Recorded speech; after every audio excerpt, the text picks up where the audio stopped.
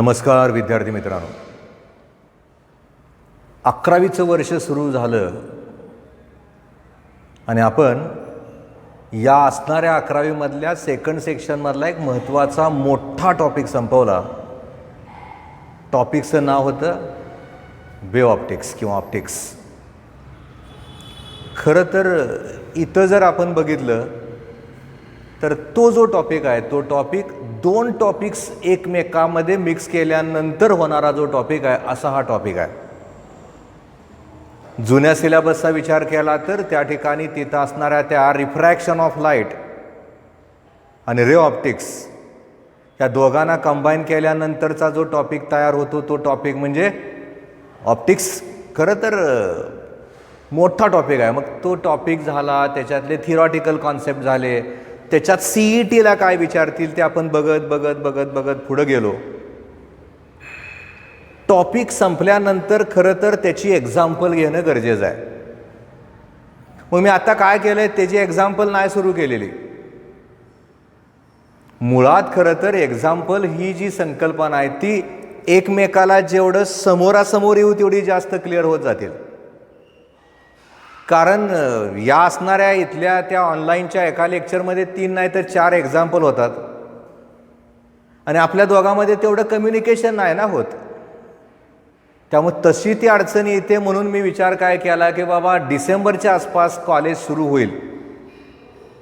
नाही झालं तर आपण मग परत ऑनलाईन या 2 टॉपिकची कंबाईन एक्झाम्पल घेतोय, त्याचं CET पण घेतोय. पण आत्ता या घडीला तर आपण काय करूया, त्यातला पुढचा एक टॉपिक सुरू करूयात आणि अशा एका टॉपिकला आपण सुरुवात करतोय की तिथं असणारा तो जो टॉपिक आहे 12वीच्या करंट इलेक्ट्रिसिटी नावाच्या टॉपिकचा बेस आहे. भविष्यात ज्या वेळेस आपण CETची परीक्षा देऊ किंवा नीटची देऊयात, JEEची देऊयात, अशा परिस्थितीमध्ये आपल्याला या 11वी आणि 12वीच्या करंट इलेक्ट्रिसिटी ओरिएंटेड असणाऱ्या 2 मल्टिपल चॉईस क्वेश्चनला फेस करावं लागतं. तुम्हाला आत्तापर्यंत करंट इलेक्ट्रिसिटी किंवा मराठी मीडियममध्ये असणाऱ्यांना विद्युतधारा या नावानं काही ना काहीतरी शिकलाय तुम्ही, अगदीच अननोन आहे असं ॲब्सोल्युटली नाही. आणि अशा परिस्थितीमध्ये 11वीतला हा टॉपिक सुरू करत असताना आपल्याला याच्यामध्ये अनेक लहान लहान लहान गोष्टी येणार आहेत. मुळात खरं तर नुसतं पुस्तकाला धरून मी शिकवणारच नाही. या टॉपिकचा विचार करत असताना आपल्याला विचार करावा लागणार आहे तो म्हणजे त्या ठिकाणी तिथं असणाऱ्या बेसिक कॉन्सेप्टचा, किंवा एखादं मल्टिपल चॉईस क्वेश्चन सोडवायचं झालं तर नक्की त्या ठिकाणी तिथं असणाऱ्या त्या टॉपिकमध्ये सोडवता आलं पाहिजे. मग काय असं वैशिष्ट्य आहे टॉपिकचं? मी आत्ताच म्हणलं की जर समजा एखाद्यानं 8वी 9वी 10वीला असणारं सायन्स व्यवस्थित शिकला असेल तर त्याला मला नाही वाटत बाबा हा जो टॉपिक आहे तो अवघड जातो. अनेक लहान लहान कॉन्सेप्टला घेऊन आपण या टॉपिकला पुढे जाणार आहे असं आता वाक्य केलं होतं. म्हणजे काय? मुळात 2 टॉपिक्स एकमेकाला वेगवेगळ्या पद्धतीनं या असणाऱ्या वर्षामध्ये शिकायचेत किंवा 12वीच्या वर्षामध्ये पण शिकायचेत. कुठले 2 टॉपिक आहेत? एक करंट इलेक्ट्रिसिटी किंवा electric current through the conductor आणि दुसरा इलेक्ट्रोस्टॅटिक्स.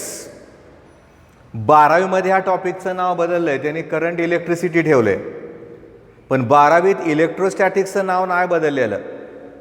आणि मुळात खरं तर हे जे 2 टॉपिक्स आहेत ते चार्ज ओरिएंटेड आहेत. त्यामुळं आपल्याला दोघांमधला फरक कळावा लागतो, दोघांमधलं बेसिक कळावं लागतं, दोघांचा अभ्यास सायमल्टेनियस करता येतो. आणि मी मागच सांगितलंय, तुलनेने विचार करायचा झाला तर फिजिक्स अवघड जरी असलं तरी मी ज्या सांगतोय त्या पद्धतीनं तुम्ही शिकत गेला, मला नाही वाटत ते अवघड जाते असं. कारण मागचा टॉपिक पण आपण शिकलोय चांगल्या पद्धतीनं. मी तर कायम सांगितलंय, जर समजा एखाद्या असणाऱ्या विद्यार्थ्याला अडचणी जर आल्या तर मला व्हॉट्सअप करा, मला त्या ठिकाणी फोन करा, 100% तुम्हाला मी उत्तर द्यायचा प्रयत्न करेन. कदाचित एखादी वेळेस अडचण असेल तर परत मी फोन करतो, पण उत्तर देणार 100% तुम्हाला तुमचं सोल्युशन मिळेल. त्यामुळे काळजी घ्यावी लागेल की आपल्याला शिकायचं आहे, आपण सरांशी कम्युनिकेट झालं पाहिजे, सरांना बोललं पाहिजे, आपण समजून घेतलं पाहिजे. करोना आला आणि करोना जाईल, तो नाही राहत, कमी व्हायला लागला आता सध्या विचार करायचा झाला तर. पण याचा अर्थ असा नाही की कॉलेज सुरू झालं किंवा कॉलेज सुरू होईल. दिवाळीच्या आत तर होतच नाही 100%, मला माहिती आहे. दिवाळीनंतर विचार केला तर डिसेंबर महिना येतोय. आत्ताच त्यांनी सांगितलं की 3 महिने पुढे ढकलायचं आहे, मग 3-4 महिने पुढे ढकला, मी डिसेंबरला चालू होईल किंवा जानेवारीला होईल, पण होईल ना, परीक्षा होणारच. अशा परिस्थितीमध्ये आपल्याला बेस क्लिअर करत घेऊन अभ्यास करावा लागेल. मी म्हणतो 11वीची परीक्षा कशी पण होईल, पास व्हायला तुम्ही, त्यात अडचण नाही, पण तुम्हाला ते कळलं पाहिजे ना. नुसतं 11वीत आलून गेलो, 10वीचे पेढे खाल्ले आणि पुढे गेलो असं नाही होत. अभ्यास करत जायचा आहे. त्यामुळे मी आत्ता ज्या पद्धतीने या टॉपिकला तुम्हाला सुरुवात करतोय त्या पद्धतीनं तुम्ही तो अभ्यास करत राहायचा आहे. मुळात मला समोर नसल्यामुळे उत्तरं मला मिळणार नाहीत, पण मी माझ्या पद्धतीनं तुम्हाला समोर आहे असं समजून शिकवायचा जादाचा प्रयत्न करतोय. तर पहिलं एक वाक्य मी तुम्हाला विचारतोय, मला त्याचं उत्तर तुमच्याकडनं आलं असतं, पण मी सांगणार आहे परत. ज्या कुठल्या मटेरियलमधनं इलेक्ट्रिक करंट वाहतो असं जे मटेरियल आहे त्याला कुठल्या नावानं ओळखतात? माझा प्रश्न नीट एकदा ऐका म्हणजे कळेल तुम्हाला, कारण मी तुम्हाला 11वी लेवलला धरून हळूहळू चाललोय पुढं. एकदम तुमच्या डोक्यामध्ये मारा जास्तीचा करणारच नाही. त्यामुळे परत एकदा माझा प्रश्न नीट ऐका. The material through which an electric current flows is called as, correct आहे उत्तर. तिथं असणारं ते जे मटेरियल आहे ज्याच्यामधनं इलेक्ट्रिक करंट वाहतो असं असणारं जे मटेरियल आहे त्याला कंडक्टर म्हणतात. टॉपिकचं नावच आहे ना, electric current through the conductor. दिसतंय की आपल्याला पहिला आकडा 1 का टाकला तर आपलं पहिलं लेक्चर आहे या टॉपिकवरच. माझा पुढचा प्रश्न असा आहे, the material through which an electric current does not flows is called as. आता हे येतंय का नाही मला नाही माहिती, त्याला मराठीमध्ये दुर्वाहक म्हणतात. आणि जर इंग्लिशचा आधार घेतला तर त्याला ज्या कुठल्या नावानं ओळखतात ते जे नाव आहे त्याला म्हणतात इन्सुलेटर. मी कंडक्टरचा विचार केला तर त्याच्यामध्ये कॉपर येतं, त्याच्यामध्ये आयर्न येतं, त्याच्यामध्ये ॲल्युमिनियम येतं, गोल्ड येतं, प्लॅटिनम येतं. याचा अर्थ मेटलमधनं इलेक्ट्रिक करंट वाहतो एवढं नक्की आपल्याला माहिती आहे. मी जर त्या ठिकाणी इन्सुलेटरचा विचार केला तर मग त्याच्यामध्ये ग्लास येईल किंवा त्याच्यामध्ये प्लास्टिक येईल किंवा मायका नावाच्या शीट्स येतील. याच्यामधनं इलेक्ट्रिक करंट नाही वाहत. ज्या कुठल्या मटेरियलमधनं इलेक्ट्रिक करंट वाहत नाही असं असणारं ते जे मटेरियल आहे त्याला ज्या कुठल्या नावानं ओळखतात त्याला म्हणतात इन्सुलेटर. पण निसर्गामध्ये असे काही चमत्कार आहेत, अशी काय मटेरियल्स आहेत की ज्या मटेरियलमधनं कधी कधी करंट वाहतो कधी कधी करंट वाहत नाही. असं जे मटेरियल आहे त्याला ज्या कुठल्या नावानं ओळखतात ते जे नाव आहे त्याला म्हणतात सेमी कंडक्टर. कोण असतं ते? साधारण सिलिकॉन आणि जर्मेनियम. कार्बन पण येतं आजकाल, पण आपण दोघांचा विचार करूयात. तुमच्या हातामध्ये सध्या जो मोबाईल आहे किंवा तुमच्या घरामध्ये असणारा टीव्ही आहे, लॅपटॉप आहे, याच्यामध्ये खरं तर जे इलेक्ट्रॉनिक्स कॉम्पोनंट वापरतात ते सिलिकॉन किंवा जर्मेनियमपासून तयार करतात. जगामध्ये प्रचंड मोठी क्रांती जर कुणी घडवली असेल तर या सेमी कंडक्टरनं घडवली. त्यामुळे आपण तात्पुरतं ह्याचा अभ्यास आपल्याला शेवटच्या टॉपिकमध्ये करायचा. आता तात्पुरतं आपण कसं लक्षात ठेवूयात, ज्याच्यामधनं करंट वाहतो त्याला म्हणतात conductor. The material through which an electric current flows is called as conductor. ज्याच्यामधनं करंट कधीच वाहू शकत नाही असं जे मटेरियल आहे त्याला म्हणतात इन्सुलेटर, त्याला म्हणतात दुर्वाहक, वरच्याला म्हणतात वाहक. The material through which an electric current does not flows is called as insulator. आणि त्याच्यानंतर ज्याची कंडक्टिव्हिटी जी आहे ती कंडक्टर आणि इन्सुलेटरच्या इन बिटवीन आहे. The material whose conductivity lies in between conductor and insulator is called as semiconductor. आता सेमी कंडक्टरबद्दल आपण जास्त बोलायचंच नाही, कारण आपल्याला त्याची जास्त काळजी करायची कारण नाही, कारण आपण त्याचा विचार पण करत नाही. इन्सुलेटरमधनं करंट वाहत नाही, त्यामुळे त्याचाही विचार आता तात्पुरता आपण करायची गरजच नाही.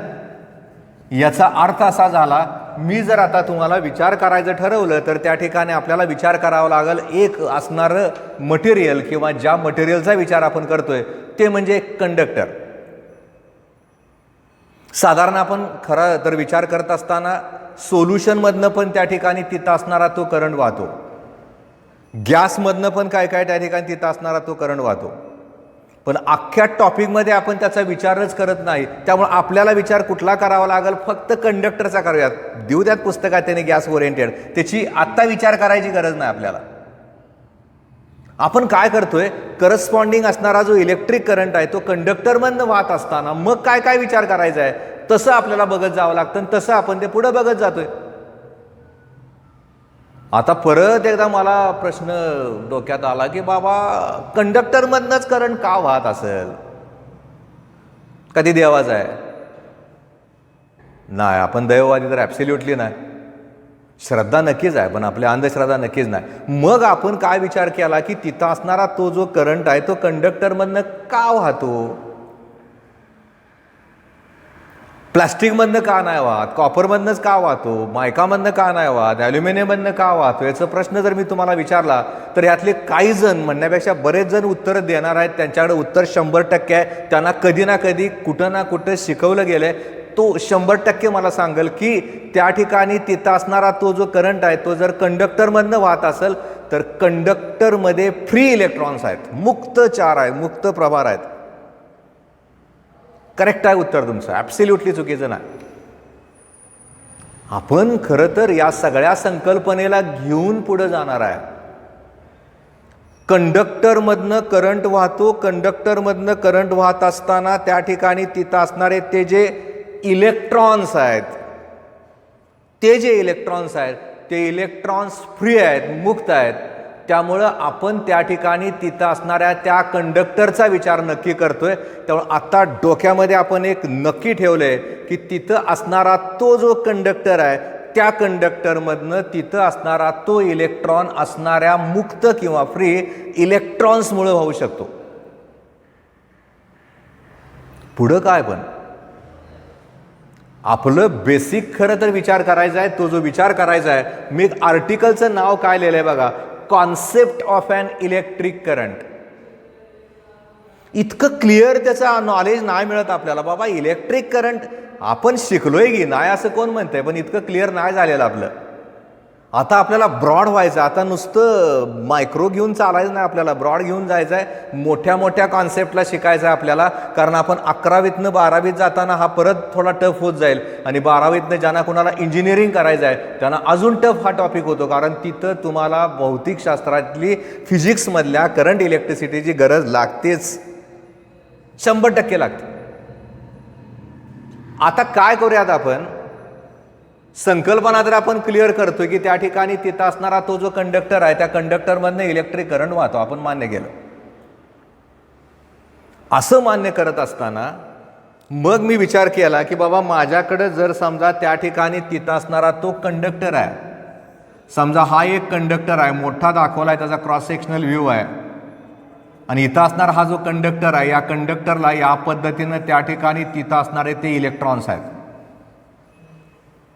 मग मी विचार असा केला की बाबा त्या ठिकाणी तिथं असणारा तो जो कंडक्टर आहे त्याच्यामधनं जर करंट वाहत असेल तर मग मी या ठिकाणी इथे एक वायर जोडली, इथे एक वायर जोडली, आणि या ठिकाणी इथं असणारा हा जो बल्ब आहे तो बल्ब त्याच्या अक्रॉस जोडला. आणि आता मी प्रश्न तुम्हाला असा विचारला की अरे बाबांनो, आता जर त्या ठिकाणी तो करंट त्या असणाऱ्या कंडक्टरमधनं वाहत असेल तर तिथं असणारा तो जो बल्ब आहे तो ग्लो व्हायला पाहिजे, तो प्रकाश द्यायला पाहिजे.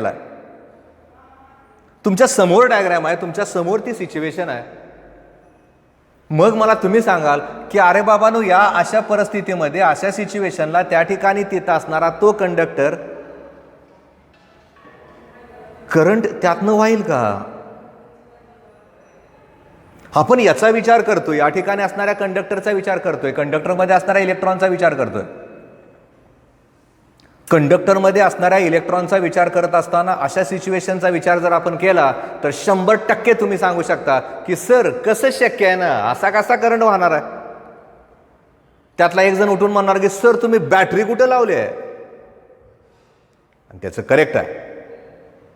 मग आता मी जे सांगतोय ते नक्की त्या ठिकाणी विचारात घ्या, कारण आपल्याला या असणाऱ्या टॉपिकमध्ये इलेक्ट्रिक करंट ओरिएंटेड शिकायचं आहे. इलेक्ट्रिक करंट ओरिएंटेड शिकत असताना असा विचार करूयात की त्या ठिकाणी तिथं असणारा तो जो कंडक्टर आहे, त्या कंडक्टरला आपण कसल्याही प्रकारचं पोटेन्शियल डिफरन्स अप्लाय नाही केलेलं. ज्याला मराठीमध्ये शिकले त्यांनी नाव दिलं होतं विभवांतर. मी जोपर्यंत त्या ठिकाणी तिथं असणाऱ्या त्या कंडक्टरला पोटेन्शियलमधला डिफरन्स नाही क्रिएट करत, तोपर्यंत तिथं असणारे ते जे इलेक्ट्रॉन्स आहेत ते इलेक्ट्रॉन्स इलेक्ट्रिक करंटमध्ये रूपांतर होणारच नाहीत, नक्कीच नाहीत होणार आहेत. मग आत्ता जर समजा मी या सिच्युएशनला त्या ठिकाणी तिथं असणाऱ्या त्या इलेक्ट्रॉनचा विचार केला तर त्यांची सिच्युएशन कशी आहे, तर लक्षात ठेवायचं आहे या ठिकाणी इथं असणारे हे जे इलेक्ट्रॉन्स आहेत ते इलेक्ट्रॉन हे स्टेट ऑफ रँडम मोशनमध्ये असतात. ते कुणीकडनं कुणीकडं पण जात असतात. जर समजा एखाद्या असणाऱ्या कंटेनरमध्ये आपण जर समजा गॅस घेतला तर त्या ठिकाणी तिथं असणारे जे गॅस मॉलिक्युल्स आहेत ते जसे स्टेट ऑफ रँडम मोशनमध्ये असतात, ते कुणीकडनं कुठं पण जात असतात. सेम सिच्युएशन त्या ठिकाणी तिथं असणाऱ्या त्या इलेक्ट्रॉनची असते. आणि जर समजा त्या ठिकाणी तिथं असणाऱ्या त्या इलेक्ट्रॉनची सेम सिच्युएशन असेल, ते जे इलेक्ट्रॉन्स आहेत ते कुणीकडनं कुणीकडं पण जात असतील, म्हणजेच त्या ठिकाणी तिथं असणारे ते जे इलेक्ट्रॉन्स आहेत ते जर रँडम मोशनमध्ये असतील तर नक्की लक्षात ठेवा त्यांच्या रिझल्टंटचा विचार केला तर त्याची जी किंमत आहे ती 0 आहे. त्यांचं नेट डिस्प्लेसमेंट 0 आहे. रिझल्टंट किंवा नेट डिस्प्लेसमेंट म्हणजे तर काय, साधारण आपण विचार करताना डिस्प्लेसमेंट ही जी फिजिकल क्वांटिटी आहे त्याला वेक्टर फिजिकल क्वांटिटी असं म्हणतो. म्हणजे इथं जर विचार करायचा झाला तर त्या ठिकाणी तिथं असणारी ती जी फिजिकल क्वांटिटी आहे त्याचा विचार आपण करूयात. आणि असा विचार इथं करत असताना ते जे इलेक्ट्रॉन्स आहेत ते कुणीकडनं कुणीकडे जात असताना एक पूर्वेकडे चालला, एक पश्चिमेकडे चालला, दोघांचा रिझल्टंट एकमेकाला कॅन्सल झाला, 0 झालं. एक दक्षिण, एक उत्तर, एक ईशान्य, अशा पद्धतीनं ते इकडं तिकडं जातात. म्हणजे एकमेकाला प्रत्येकाचं डिस्प्लेसमेंट कॅन्सल होईल. रिझल्टंट डिस्प्लेसमेंटचा विचार केला तर त्या ठिकाणी तिथं असणाऱ्या त्या इलेक्ट्रॉनच्या रिझल्टंट डिस्प्लेसमेंटची किंमत 0 होईल. इलेक्ट्रॉनच्या डिस्प्लेसमेंटची किंमत तिथं 0 झाली. त्यामुळं करस्पॉन्डिंग असणारा जो करंट आहे तो करंट त्या ठिकाणी त्यातनं वाहत नाही. याचं एक उदाहरण देतो तुम्हाला, नक्की लक्षात राहील. कल्पना करा तुम्ही वर्गामध्ये आलाय, म्हणजे आता समजा त्या ठिकाणी तिथं असणाऱ्या एखाद्या क्लासमध्ये आलाय, वर्गामध्ये आलाय, वर्ग 100 विद्यार्थ्यांचा असं समजूयात, आणि 100च्या 100 विद्यार्थ्यांना आपण परिपूर्ण केला, तो फुलफिल केला, फुल भरलाय. 100 विद्यार्थ्यांनी त्याला परिपूर्ण केलाय आपण, आणि वर्गामध्ये शिक्षकच नाही. वर्गामध्ये शिक्षक नसताना विद्यार्थ्यांची अवस्था, आणि एखाद्या कंडक्टरला ज्या वेळेस आपण त्या ठिकाणी तिथं असणारं पोटेन्शियल डिफरन्स अप्लाय करत नाही त्यावेळेसची अवस्था सेम आहे, कसलाच फरक नाही त्यात. तुम्ही पण काय करता बघा, कोण कुणीकडे पण चालत असते, कोण कुणाशी बोलत असते, कुठनं कसं पण चाललेलं असतंय, आउटपुटलेच चाललेलं असतंय. त्यामुळे त्या ठिकाणी जर आपण तसा विचार करायचं ठरवलं तर नक्की लक्षात ठेवायचं की अशा परिस्थितीमध्ये तिथं असणाऱ्या त्या विद्यार्थ्यांचा विचार केला तर ते in a state of random motion झाले. सेम इथं तसं झालं. मी जर समजा त्या ठिकाणी तिथं असणाऱ्या त्या कंडक्टरला पोटेन्शियल डिफरन्स जर अप्लाय केलंच नाही तर तिथं असणारे ते जे इलेक्ट्रॉन्स आहेत ते कुणीकडनं कुणीकड पण कसे पण जातील. इलेक्ट्रॉन्स ज्या वेळेस कुणीकडनं कुणीकड पण कसे पण जातात त्यावेळेस त्यांच्या रिझल्टंटचा विचार केला तर त्याची जी किंमत आहे ती किंमत 0 असेल. रिझल्टंट डिस्प्लेसमेंट त्याचं 0 असेल. अशा परिस्थितीमध्ये मग एक्झॅक्टली काय घडतं, साधारण आत्ताच्या स्टेटला त्या ठिकाणी तिथं असणाऱ्या त्या इलेक्ट्रॉनच्या व्हॅलॉसिटीचा विचार केला तर ती जी व्हॅलॉसिटी आहे 10⁵ ते 10⁶ मीटर पर सेकंद एवढ्या वेगानं ते कुणीकडे पण जातात. These all electrons are in state of random motion and moves with different directions. मग आता आपण असा विचार करूयात की जर समजा त्या ठिकाणी तिथं असणाऱ्या त्या इलेक्ट्रॉनचा विचार करतोय आपण, इलेक्ट्रॉनचा विचार करत असताना मग असा विचार करूयात की आपण तिथं असणाऱ्या त्या कंडक्टरच्या अक्रॉस या पद्धतीनं एक बॅटरी जोडली आहे. बॅटरी म्हणजे तर काय, बॅटरी म्हणजे पोटेन्शियल डिफरन्स झालं, विभवांतर म्हणतो त्याला आपण. त्यामुळे तसं असणारं ते पोटेन्शियल डिफरन्स आपण इथं अप्लाय केलं. आत्ताच मी तुम्हाला सांगितलं होतं की त्या ठिकाणी तिथं असणारे ते जे इलेक्ट्रॉन्स आहेत ते फ्री इलेक्ट्रॉन्स आहेत. ज्यावेळेस आपण तिथं असणाऱ्या त्या फ्री इलेक्ट्रॉनचा विचार करतो त्यावेळेस नक्की लक्षात ठेवायचं आहे, आता मात्र त्या ठिकाणी तिथं असणारे ते जे इलेक्ट्रॉन्स आहेत ते इलेक्ट्रॉन्स एक प्रकारचा वेग ॲक्वायर करतात आणि ते जे इलेक्ट्रॉन्स आहेत ते इलेक्ट्रॉन्स बॅटरीच्या निगेटिव्हकडून बॅटरीच्या पॉझिटिव्हकडे जायला सुरुवात करतात. नक्की लक्षात ठेवा, मी आता काय सांगतो ते नीट ऐका. आपल्याला अख्ख्या टॉपिकमध्ये विचार करावा लागणार आहे इलेक्ट्रिक करंटचा. इलेक्ट्रिक करंटचा विचार करत असताना मी आता तुम्हाला सांगितलं की जर समजा आपण त्या ठिकाणी तिथं असणाऱ्या त्या कंडक्टरचा विचार करतोय, कंडक्टरचा विचार करत असताना ते जे इलेक्ट्रॉन्स आहेत ते इलेक्ट्रॉन्स स्टेट ऑफ रॅन्डम मोशनमध्ये आहेत. इलेक्ट्रॉन्स स्टेट ऑफ रॅन्डम मोशनमध्ये आहेत. ज्यावेळेस आपण तिथं असणाऱ्या त्या इलेक्ट्रॉन्सच्या करस्पॉन्डिंग बॅटरी जोडतोय, बॅटरी जोडल्यानंतर तिथं असणारे ते जे इलेक्ट्रॉन्स आहेत ते बॅटरीच्या निगेटिव्ह टर्मिनलकडून बॅटरीच्या पॉझिटिव्ह टर्मिनलकडे जातात. हे वाक्य मला CETला कारणीभूत ठरू शकतं.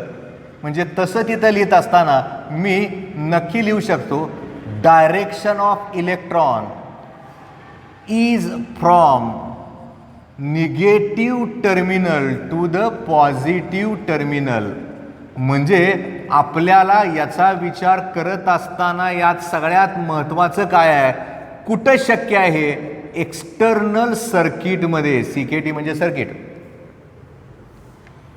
बाहेरच्या बाजूला जात असताना ते जे इलेक्ट्रॉन्स आहेत ते मी आत्ता जसं बोट फिरवतोय त्या पद्धतीनं जायला सुरुवात करतील. पण ज्या वेळेस आपण त्या ठिकाणी तिथं असणाऱ्या त्या इलेक्ट्रॉनचा विचार करतोय, इथं परत मी काय लिहितोय बघा, is from positive terminal to the negative terminal. तुम्ही म्हणाल सर आत्ता तर तुम्ही काय पण बोलायला लागलाय, मगाशी वर तर लिहिलंय निगेटिव्हकडनं पॉझिटिव्हकडं आणि खाली लिहित आहे पॉझिटिव्हकडं निगेटिव्हकडं. पण मी काय म्हणतोय ते नीट ऐका. हे कुठं शक्य आहे, इनसाइड द सेल. आपल्याला कसं विचारलंय त्याच्यावरनं ते ठरवतात.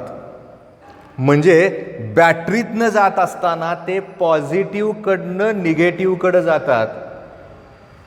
आणि एक्सटर्नल सर्किटचा जर विचार केला तर त्या ठिकाणी तिथं असणारे ते जे इलेक्ट्रॉन्स आहेत ते निगेटिव्हकडून पॉझिटिव्हकडे जातात. बॅटरीमधनं जाताना पॉझिटिव्हकडून निगेटिव्हकडं. आपल्याला कशा पद्धतीनं मल्टिपल चॉईस क्वेश्चन विचारले तसं लक्षात ठेवा, अदरवाईज हे जादाचं जम्बलिंग करतं आपल्याला.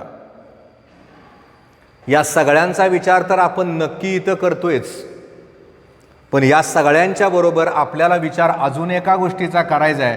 आणि तसा विचार करत असताना मी इथं एक टर्म लिहितोय आणि ती जी टर्म आहे ती टर्म म्हणजे कन्व्हेन्शनल करंट. ॲक्च्युली आपल्याला करंटची दिशा दाखवत असताना ती मात्र पॉझिटिव्हकडून निगेटिव्हकडे दाखवायची आहे. म्हणजे ज्यावेळेस आपण कन्व्हेन्शनल करंटचा विचार करतोय, विचार करत असताना इथं लक्षात ठेवा पॉझिटिव्ह टू निगेटिव्ह टर्मिनल लिहितोय, पण हे कुठं लिहायचं आहे, एक्सटर्नल सर्किटमधनं जात असताना. बरोबर हे कन्फ्यूज करतं, उलटं सुलटं होतंय ते. मी ज्यावेळेस कन्व्हेन्शनल करंटचा विचार करतो त्यावेळेस मला निगेटिव्ह टू पॉझिटिव्ह सुद्धा लिहावं लागतं.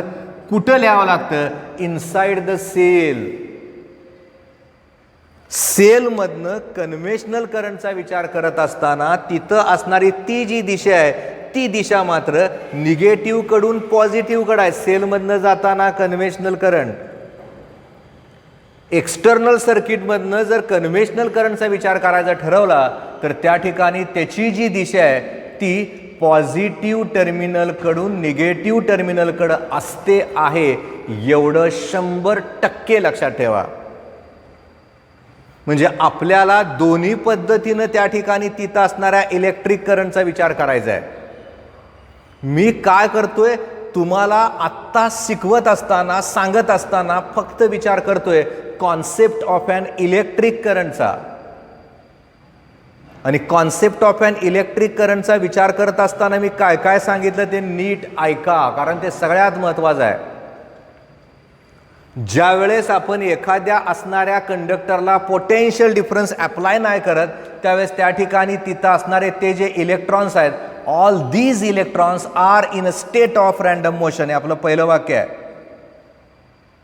ज्या वेळेस आपण त्या ठिकाणी तिथं असणाऱ्या त्या कंडक्टरला पोटेन्शियल डिफरन्स अप्लाय करतोय त्यावेळेस आपण नक्की लक्षात ठेवायचं आहे पोटेन्शियल डिफरन्स अप्लाय केल्यानंतर कंडक्टरमधले जे इलेक्ट्रॉन्स आहेत ते बॅटरीच्या निगेटिव्हकडनं बॅटरीच्या पॉझिटिव्हकडे जातात. एक्सटर्नल सर्किटमध्ये जात असताना सेलमधनं जाताना मात्र पॉझिटिव्हकडून निगेटिव्हकडे जातात. इलेक्ट्रॉनची दिशा सांगतोय मी. कन्व्हेन्शनल करंटची जी दिशा आहे ती नेहमी इलेक्ट्रॉनच्या दिशेच्या अपोजिट असते. म्हणजे मला कन्व्हेन्शनल करंटचा विचार जर करायचा झाला तर तो पॉझिटिव्हकडनं निगेटिव्हकडं आहे. कुठं? एक्सटर्नल सर्किटमधनं. मी बोट कुठं फिरवतोय ते बघा. सेलमधनं जाताना त्याची जी दिशा आहे ती मात्र निगेटिव्हकडून पॉझिटिव्हकडं आहे. याचा अर्थ असा झाला, आपल्याला या असणाऱ्या इलेक्ट्रिक करंटचा विचार करत असताना या सगळ्या कॉन्सेप्टला बघावं लागेल, कारण आपण त्याची आयडिया लक्षात आल्याशिवाय आपण पुढे जाऊ शकत नाही ना. कारण नुसतं इलेक्ट्रिक करंट म्हणजे काय ते बघण्यापेक्षा त्याच्या करस्पॉन्डिंग येणाऱ्या ज्या टर्म्स आहेत त्या जर आपण बघत गेलो तर ते जादाचं फायद्याचं आपल्याला होतं. आणि असं होत असताना मग आता डोक्यात प्रकाश पडला पाहिजे की बाबा असं जर त्या ठिकाणी घडत असेल तर मग आपल्याला इलेक्ट्रिक करंट म्हणजे काय त्याचा विचार करायचा. अजून आपण या कॉन्सेप्टमधनं बाहेर पडलं नाही, पण त्याच्यामध्येच एक टर्म मी तुम्हाला सांगणार आहे. ती जी टर्म आहे इलेक्ट्रिक करंटची एक डेफिनेशन करायची आपल्याला. परीक्षेमध्ये लिहिताना डेफिनेशन नेहमी इन्व्हर्टेड कॉमामध्ये लिहा. हे 11वीसाठी असणारं वाक्य 12वीच्या बोर्डाच्या परीक्षेला नक्की लक्षात ठेवा. आता इलेक्ट्रिक करंटची डेफिनेशन कशी करतोय बघा मी. मुळात खरं तर या ठिकाणी आपल्याला तिथं असणाऱ्या त्या चार्जना ड्रिफ्ट करायचं आहे निगेटिव्हकडनं पॉझिटिव्हकडं. ड्रिफ्टचा अर्थ आपण त्याला ढकलतोय. त्यामुळे ज्यावेळेस आपण इलेक्ट्रिक करंटचा विचार करतो त्यावेळेस आपलं वाक्य असं असतं, rate of flow of charge is called as an electric current. एकदम ठाम पहिलं वाक्य, पहिली व्याख्या. कदाचित तुम्हाला परीक्षेमध्ये विचारतील, पहिल्या प्रश्नात विचारतील, दुसऱ्यात विचारलं तर थोडं वेगळं पण विचारतील, पण मुख्य तर वाक्य लक्षात आलं आपल्या. Rate of flow of charge is called as an electric current. आणि ते जर तसं असेल, rate of flow of charge is called as an electric current, तर मग आपल्याला त्याच्यावरनं त्याचा फॉर्म्युला तयार करावा लागेल. त्याच्या करस्पॉन्डिंगच्या टर्म्स आपल्याला बघावं लागतील. आणि तशा त्या बघत असताना पहिल्यांदा विचार केला आपण त्या ठिकाणी तिथं असणाऱ्या डेफिनेशनचा. एक वाक्य आपलं तयार झालं, rate of flow of charge is called as electric current. जिथं शब्द रेट येतो त्यावेळेस आपल्याला टाईमनं डिवाइड करावं लागतं. मुळात चार्ज ओरिएंटेड ती टर्म आहे, त्यामुळं मॅथमॅटिकल एक्सप्रेशन लिहित असताना 100% लक्षात ठेवा माझा जो फॉर्म्युला आहे तो फॉर्म्युला असणार आहे I is equal to Q/T. कारण काय होतंय, मी आत्ताच तुम्हाला सांगितलं rate of flow of charge is called as an electric current. जिथं शब्द रेट आला त्यावेळेस आपल्याला टाईमनं डिवाइड करावं लागलं. टाईमनं डिवाइड करत असताना I is equal to Q upon T झालं. I is equal to Q upon T झालं. असं करत असताना मग ह्याच्या करस्पॉन्डिंग काही गोष्टींचा विचार आपल्याला करता येतो, करावा लागेल.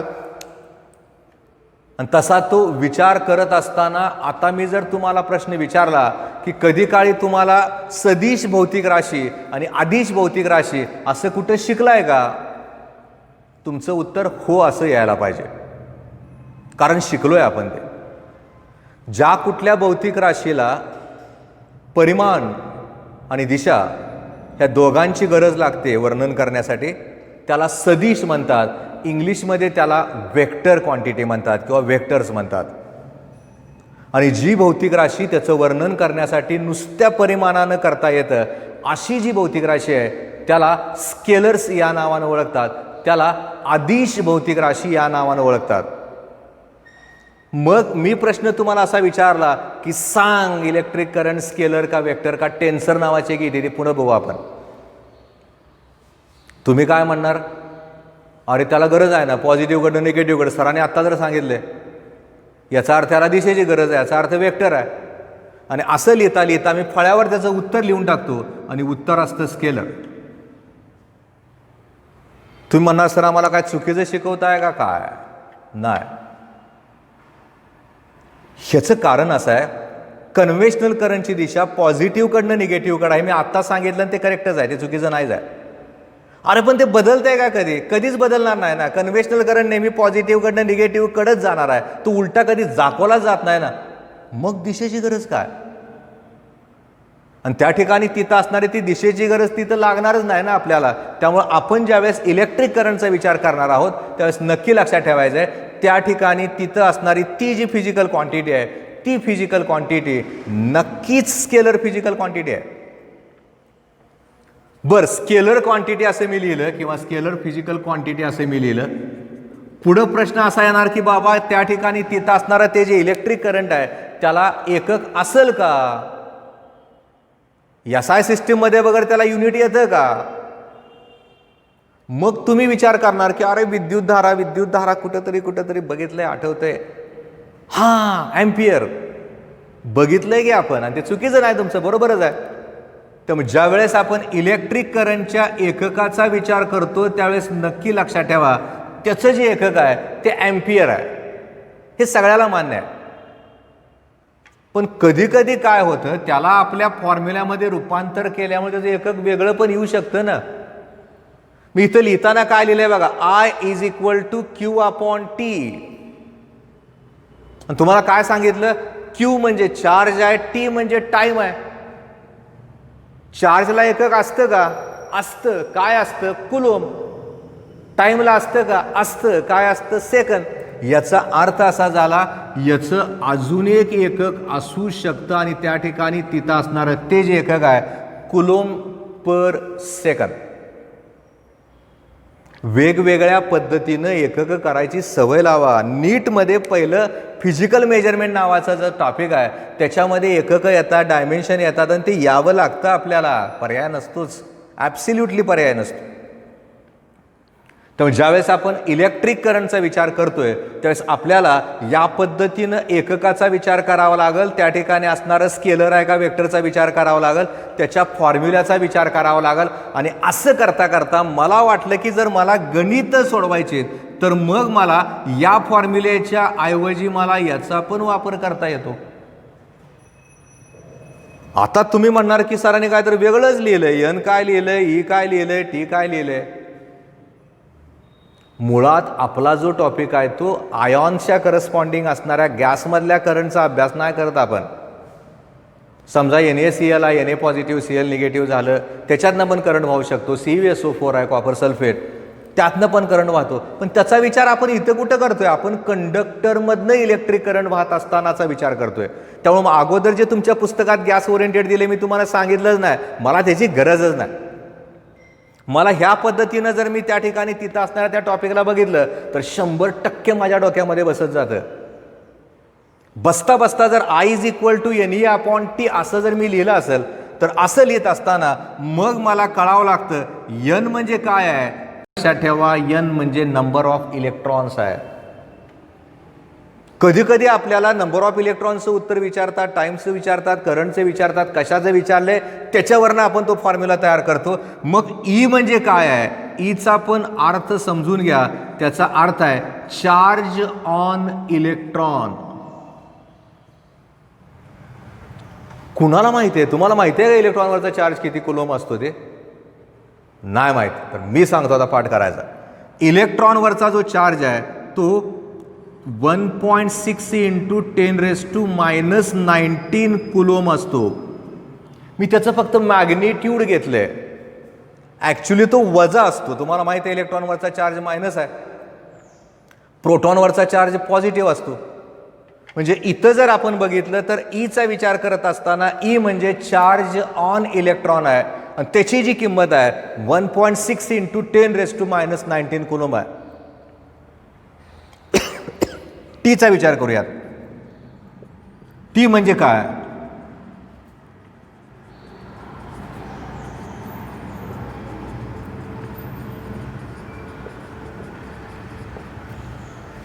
Time for which electric current flows. किती वेळा करता इलेक्ट्रॉनला त्या कंडक्टरमधनं आपण फिरवलंय त्याच्यावर तिथं असणारा तो जो टाईम आहे तो टाईम अवलंबून असतो. म्हणून आपण काय केलं, आयचा विचार करताना एन अपॉन टी केलं, एनचा विचार करताना नंबर ऑफ इलेक्ट्रॉन्स घेतलं, ईचा विचार करताना चार्ज ऑन इलेक्ट्रॉन घेतलं किंवा त्या ठिकाणी तिथं असणाऱ्या त्या चार्जचं मॅग्निट्यूड घेतलंय. त्यामुळे आपल्याला कुठल्या पद्धतीने विचार करायचा आहे तो नक्की लक्षात ठेवायचा आहे. ज्यावेळेस आपण टीचा विचार करतो त्यावेळेस time for which electric current फ्लोचा विचार आपण करतोय, त्यामुळे आपल्याला त्या ठिकाणी तिथं असणाऱ्या त्या इलेक्ट्रिक करंटचा विचार करत असताना या पद्धतीने विचार करावा लागतो. कधी कधी काय होतं, परीक्षेचा विचार केला तर याच्यामध्ये फसगत होते. कशी ते पण सांगतो तुम्हाला. समजा ते म्हणजे डिफाईन इलेक्ट्रिक करंट, तर तुमच्या डोक्यात आता ते वाक्य पाठ झाले, तुम्ही त्या ठिकाणी तिथं असणाऱ्या इलेक्ट्रिक करंटची व्याख्या सांगणार. Rate of flow of charge is called as an electric current, आणि तुम्ही 1 मार्क नक्की मिळवणार. मान्य आहे ते मला. बरं, ते वाक्य मला नेटला आणि सीईटीला नाही वापरावं लागत, फॉर्म्युले वापरावं लागतात त्याची कन्व्हर्जन, पण बेस आहे ना तो. असा विचार करत असताना त्यांनी जर म्हणलं state SI unit of an electric current, तर तिथं पण तुम्हाला 1 मार्क मिळणार आहे. तुम्ही लगेच सांगणार आहे एम्पियर किंवा कुलोम पर सेकंद. पण त्यांनी जर समजा तुम्हाला असं म्हणलं define SI unit of an electric current, आणि मग तुमचं जमलिंग सुरू होतं. त्यांनी तुम्हाला स्टेट SI युनिट म्हणलं तर तुम्ही नक्की सांगू शकता, पण डिफाईन म्हणलंय त्याने, याचा अर्थ असा झाला आपल्याला त्या ठिकाणी डेफिनेशन करत असताना 1 एम्पियर म्हणजे काय त्याची व्याख्या करावी लागते, आणि त्याची व्याख्या करत असताना आपल्याला या असणाऱ्या टर्मचा आधार घेऊन वाक्य करावं लागतं, तरच ते वाक्य बरोबर येतं, नाही तर आपलं चुकतं. अनेक मुलं चुकतात कारण डिफाईनच्या स्वरूपात अनेक आहे. Define SI unit of inductance, SI unit of capacitor 12वीतलं असं येतं. त्याची पण एक नुसती मुलं लिहितात आणि त्यांना वाटतं बरोबर आलं माझं, नाही येत बरोबर तसं. त्याचं वाक्य आहे तिथं डिफाईन म्हणलं, स्टेट म्हणलं का नुसतं युनिटल्या, डिफाईन म्हणलं तर वाक्य तयार करावं लागेल. आणि तसं ते वाक्य तयार करत असताना ते वाक्य कसं येतं ते नीट बघा. Electric current flowing through the conductor is said to be 1 ampere. एखाद्या असणाऱ्या वाहकामधनं वाहणारा विद्युत प्रवाह किंवा विद्युतधारा 1 एम्पियर आहे असं आपण कधी म्हणू शकतो, असं सांगणं म्हणजे ते वाक्य तयार करणं. Electric current flowing through the conductor is said to be 1 ampere if 1 coulomb of charge flows through the conductor in 1 second. 1 कुलोमचा charge एखाद्या कंडक्टरमधनं वाहत असताना 1 सेकंदामध्ये जर वाहत असेल तर त्या ठिकाणी तिथं असणारा तो जो करंट आहे तो 1 एम्पियर आहे असं नक्की म्हणता येतं. Electric current flowing through the conductor is said to be 1 ampere if 1 coulomb of charge flows through the conductor in 1 second. म्हणजे आपल्याला कुठल्या पद्धतीनं त्या ठिकाणी तिथं असणाऱ्या इलेक्ट्रिक करंटच्या करस्पॉन्डिंग टर्म्स विचारल्यात त्या पद्धतीनं आपल्याला तिथं ते लिहावं लागतं, लिहिण्यापेक्षा समजावं लागतं. अशी वाक्य तयार करून MCQ पण तयार करता येतात. आपण इलेक्ट्रिक करंट ओरिएंटेड बोललोय, पण इथं संपत नाही ते इलेक्ट्रिक करंट. अनेक गोष्टी आहेत. न्यूक्लियस आहे, त्याच्याभोवती इलेक्ट्रॉन फिरतोय, इलेक्ट्रिक करंटचं उत्तर काढायचं आहे. कसं काढणार मी? मला काढता आलं पाहिजे. वेगवेगळ्या पद्धतीनं त्या ठिकाणी तिथं असणाऱ्या इलेक्ट्रिक करंटचा अभ्यास करत असताना आपल्याला तो फॉर्म्युला तयार करावा लागतो, त्यातलं CET बघावं लागतं. आज आपण इतकं सगळं नाही बघत. आज आपण काय केलंय, जेवढं शक्य आहे तेवढं फक्त इलेक्ट्रिक करंट म्हणजे काय त्याचा विचार आपण केलाय. याला आपल्या आपल्या पद्धतीनं नक्की लक्षात ठेवायचं. एक साधी संकल्पना आहे. माझ्याकडे समजा 2 सिलेंडर्स आहेत. समजूयात इथं एक सिलेंडर आहे आणि इथे एक हा सिलेंडर आहे. हा समजा A आहे आणि हा समजा B आहे. मी A मध्ये पाणी भरले, B मध्ये पण पाणी भरले, दोघे पाणी पातळी सारखी आहे आणि मी सहज रबरी पाईप Cचा विचार केला. आता मला सांगा, दोघांची जर पातळी सारखी असेल तर रबरी पाईपमधनं पाणी वाईल का? नाही वाहणार. बरोबर आहे ना? कसं वाईल ना पाणी? ते वाहणारच नाही. मला जर समजा त्या रबरी पाईपमधनं पाण्याचा प्रवाह तयार करायचा झाला तर मला काय करावं लागेल? पाणी तर माझ्याकडे नाहीच आहे. बरोबर आहे. एकाला वर उचला आणि एकाला खाली ठेवा. जसं पाण्याच्या पातळीमध्ये फरक केल्यानंतर पाणी जसं व्हायला सुरुवात करतं तसंच इलेक्ट्रॉनच्या बाबतीत होतं ना. पॉझिटिव्ह निगेटिव्हचा अर्थ काय आहे? ते हायर पोटेन्शियल झाले, लोअर पोटेन्शियल झालं. इलेक्ट्रॉन जात असताना लोअर पोटेन्शियलकडनं हायर पोटेन्शियलकडे जातात, म्हणजे निगेटिव्हकडनं पॉझिटिव्हकडे जातात. म्हणजे आपल्याला त्या ठिकाणी तिथं असणाऱ्या इलेक्ट्रॉनचा विचार करून ती जी वाक्य आहेत ती वाक्य तयार करता येतील. सगळ्या डेफिनेशन्स तयार करता येतात. स्केलर वेक्टर ठरवता येतं. वेगवेगळे फॉर्म्युलेस तुम्हाला मी सांगितले. स्टेट ऑफ रँडम मोशनमध्ये इलेक्ट्रॉन्स असतात ज्यावेळेस पोटेन्शियल डिफरन्स आपण अप्लाय करत नाही, हे पण मी तुम्हाला सांगितलं. अजून याच्यामध्ये अवघड पण बघणार आहे. जो सिलेबस डिलीटेड आहे तो पण मी शिकवतोय मुद्दाम म्हणून, कारण भविष्यात तुम्हाला नीट CET देताना त्याची गरज लागणार आहे. समजा एखाद्याला पुढच्या वर्षी 12वीत मिळालं नाही, त्यानं रिपीट केलं तर रिपीट करताना कट झालेला सिलेबस त्यात येणार आहे ना. हा विचारच आपण करत नाही. आपण आता तात्पुरतं ॲक्सिडेंटल त्या कोरोनाच्या पार्श्वभूमीवर अर्धवट सिलेबसचा विचार करून नाही चालणार. थोडं थोडं जे गरजेचं आहे ते आपण शिकणार आहोत, शिकतोयच आपण. जे अगदीच कट केल्यानंतर पुढं लागत नाही ते आपण कट करूया, डिलीट करूयात, पण ज्याची गरज लागते ते नक्की शिकवतोय. या टॉपिकमधल्या प्रत्येक टर्मचा वापर आपल्याला करायचा आहे. त्यामुळे आज या ठिकाणी आपण इथं थांबतोय. उद्या मात्र आपण याच्यानंतरचं जे आर्टिकल आहे, कारण अजून करंट इलेक्ट्रिसिटीवर बोलायचं आहे मला, एवढ्यावर माझं सफिशियंट नाही होत. वेगवेगळ्या पद्धतीनं आपण त्याच्यातल्या टर्म्स पुढे घेऊन जाणार आहे. त्यामुळे तो विचार आपल्याला तिथे करायचा आहे आणि तसा विचार आपल्याला करत असताना मग ह्याच्यामध्ये वेगवेगळ्या टर्म्स येत राहतील. उद्याच्या पिरियडला आपण किंवा याच्यानंतरच्या लेक्चरला आपण याच्यातला पुढचा भाग बघतोय. धन्यवाद.